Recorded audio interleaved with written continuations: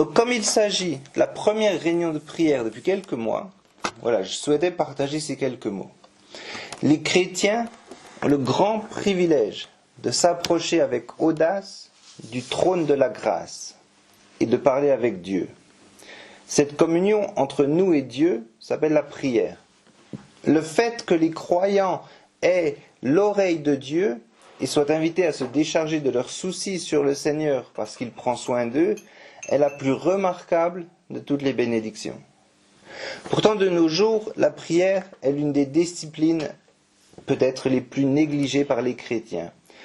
John Charles Ryle, R-Y-L-E, si vous voulez rechercher, était un ministère anglais du XIXe siècle, a dit un jour, « Oui, peu de gens prient, ce n'est qu'une des choses considérées comme allant de soi, mais rarement mises en pratique. C'est l'affaire de tous, mais en réalité, presque personne ne joue. Si cette évaluation peut également être faite à notre époque, quelles sont les conséquences d'un christianisme sans prière ? La mission de l'Église souffre-t-elle aujourd'hui d'un manque de prière ? Les chrétiens sont-ils étouffés dans leur sainteté parce que peu de gens demandent à Dieu de les aider à se sanctifier ? Presque partout, les gens se plaignent, nous sommes d'accord, surtout les Français. On se plaint de la charge de travail dans notre vie. Les familles sont éloignées de la table du dîner pour se consacrer aux pratiques sportives, aux cours de musique et à diverses autres activités. Je le vois dans mes élèves chinois notamment, qui, en plus à la sortie de l'école, ont chaque jour une activité. C'est école plus danse, école plus judo, école plus anglais. Chaque jour, ils ont une activité en plus et ça modifie les habitudes des repas, ce qui fait qu'on prend des repas. Maintenant, moi j'ai des étudiants qui prennent le repas dans la voiture vite avant de passer à leur cours suivant. Donc nous disposons du meilleur confort moderne. Et pourtant, nous sommes en lambeaux avec des rendez-vous sans fin. Les gens qui travaillent comprendront cette phrase. L'agitation de notre époque est le signe que les priorités ont mal tourné. Nous passons du temps à faire ce qui nous tient le plus à cœur, mais la prière n'est pas en tête de liste. Nous avons cependant le temps de parler ouvertement de nombreux problèmes auxquels nous sommes confrontés. Et vous comme moi en sommes témoins, on ne peut pas le nier. Il y a aussi les réseaux sociaux, qui ne manquent pas de chrétiens qui utilisent leur temps pour exprimer au monde leur désillusion face à l'état des choses et d'écrire « Amen » dans les commentaires, sans jamais joindre réellement les mains pour prier. Nous vivons une époque pénible de la faillite morale de la société, de l'abandon du sens sacré de la vie, de la révolution sexuelle, au déclin spirituel de l'Église. Les problèmes sont innombrables. Tout le monde en parle, mais combien d'entre nous apportent ces choses au Seigneur dans la prière ? Si John Charles Ryle avait raison dans son évaluation il y a un siècle et demi, que peut-on dire de notre époque ? Est-ce que presque personne ne prie notre Dieu de toute délivrance ? Alors ces quelques mots seraient difficiles à écrire lorsque je les ai écrits ou à dire si je n'avais pas l'assurance de l'aide du Seigneur par le biais de la prière. Cependant, les Écritures assurent partout aux croyants que Dieu entend les prières de son peuple. La vérité remarquable concernant la prière est que Dieu désire nous donner sa grâce et son Saint-Esprit lorsque nous dépendons de lui par ce moyen. La prière est un moyen de grâce par lequel l'Esprit œuvre dans nos vies.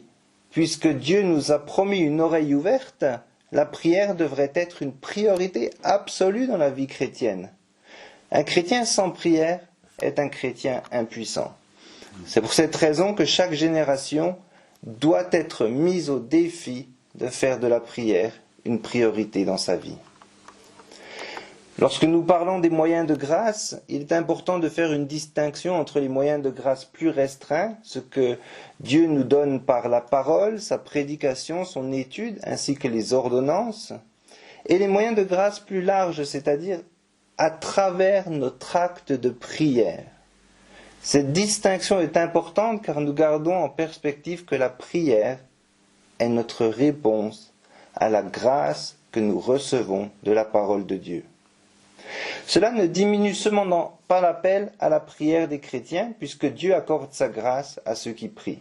Lorsque les disciples sont venus vers Jésus et lui ont demandé de leur apprendre à prier, Jésus a répondu en disant « Quand vous priez, faites ainsi ».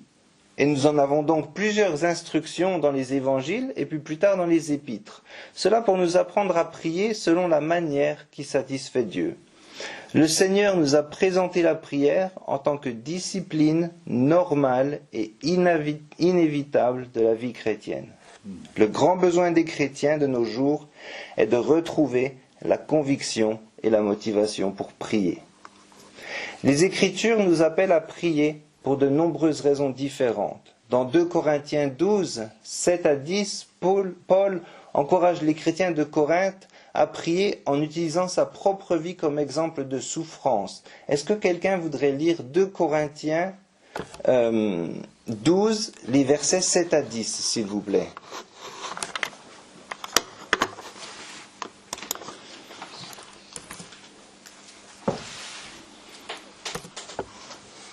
Je peux peut-être prendre, donc 12, 7 à 10. Oui. Et pour que je ne sois pas enflé d'orgueil à cause de l'excellence de ces révélations, il m'a été mis une écharde dans la chair, un ange de Satan pour me souffleter et m'empêcher de m'enorgueillir. 3 fois j'ai prié le Seigneur de l'éloigner de moi, et il m'a dit « Ma grâce te suffit, car ma puissance s'accomplit dans la faiblesse. » Je me glorifierai donc bien plus volontiers de mes faiblesses, afin que la puissance de Christ repose sur moi. C'est pourquoi je me plais dans les faiblesses, dans les outrages, dans les calomnies, dans les persécutions, dans les détresses pour Christ.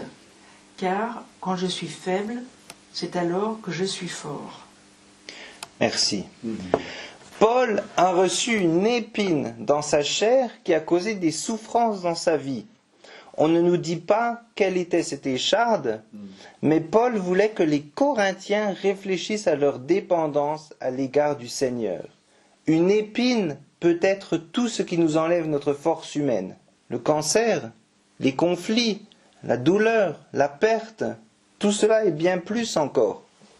Alors que Paul cria 3 fois pour être délivré, Jésus répondit à Paul en disant « Ma grâce te suffit, car ma puissance s'accomplit dans la faiblesse. » Et oui, Paul a reçu la véritable grâce du Seigneur par la prière.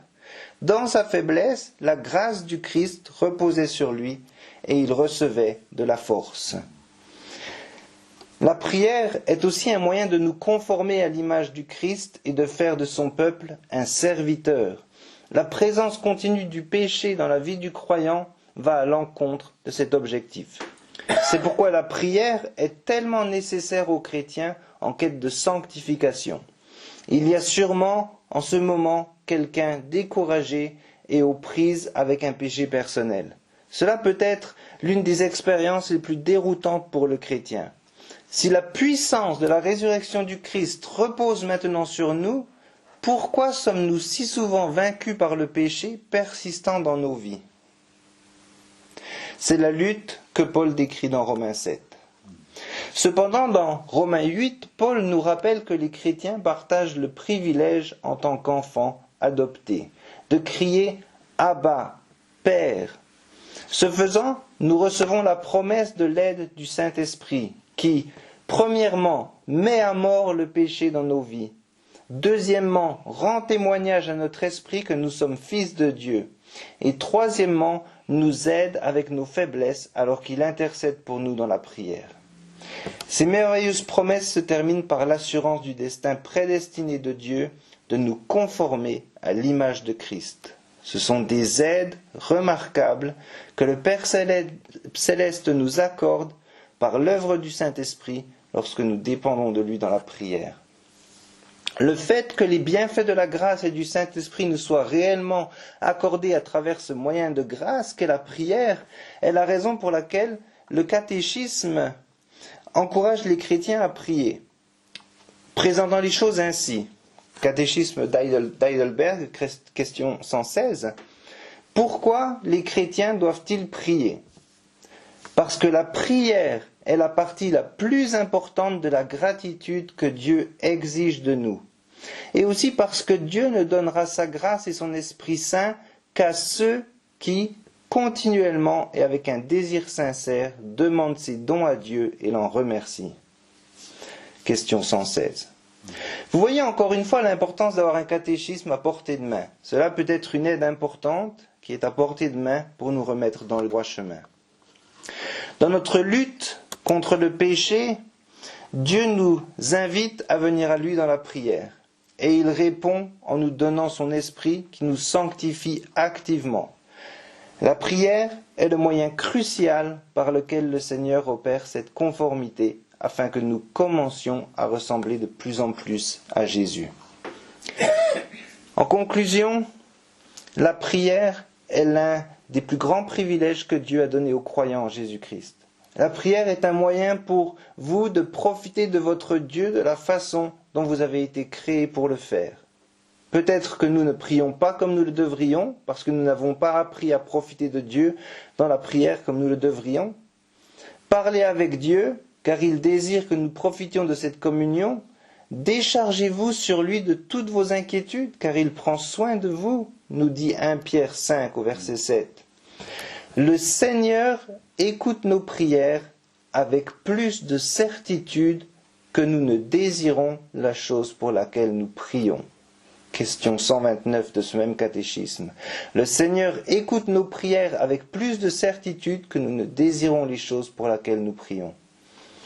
Quel Dieu miséricordieux qui s'est offert à nous dans l'évangile de son Fils. Quelle que soit notre louange, quel que soit notre fardeau, apportons-le au Seigneur dans la prière et comptons sur lui, car comme le dit le psalmiste, il est notre Dieu qui accepte notre prière. C'est pourquoi nous allons maintenant prier ensemble avec foi.